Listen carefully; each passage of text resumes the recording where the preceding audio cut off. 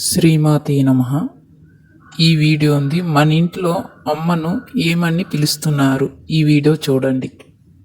మన తరమైన మన అమ్మని పిలుస్తున్నామేమో, కానీ ఇప్పుడు పిల్లలు ఆల్మోస్ట్ ప్రతి ఇంట్లో మమ్మీ అయిపోయింది కదా.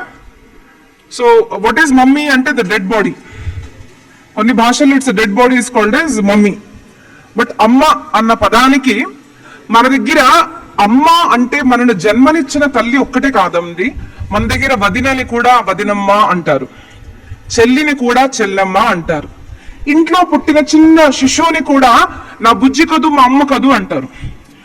భార్యను కూడా మనకు తల్లిలాగా మనకు భోజనం పెడుతుంది కాబట్టి భోజ్యేషు మాత, భార్యలో కూడా అమ్మను చూసే ఒక సంస్కారము మనకు భారతీయ సాంప్రదాయం ఇచ్చింది. అంతేకాకుండా పరస్త్రీ మాతా సమాన్ అంటే పరస్త్రీలో మీరు ప్రతి పరస్త్రీలో అమ్మను చూడండి అని చెప్పే ఏకైక సాంప్రదాయము మన భారతీయ సనాతన సాంప్రదాయము.